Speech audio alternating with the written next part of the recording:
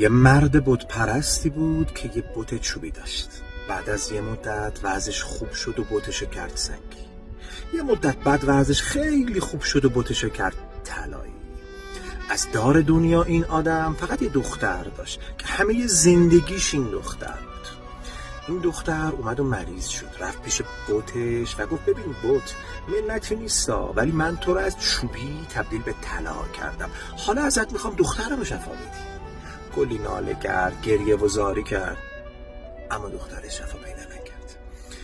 یه روز اومد پیش بته که اتمام حجت کنه. گفت ببین، اگه دخترمو شفا ندی میرم پیش خدای یکتا پرستا و بهش میگم که تو توان نداری و از اون میخوام که دخترمو شفا بده.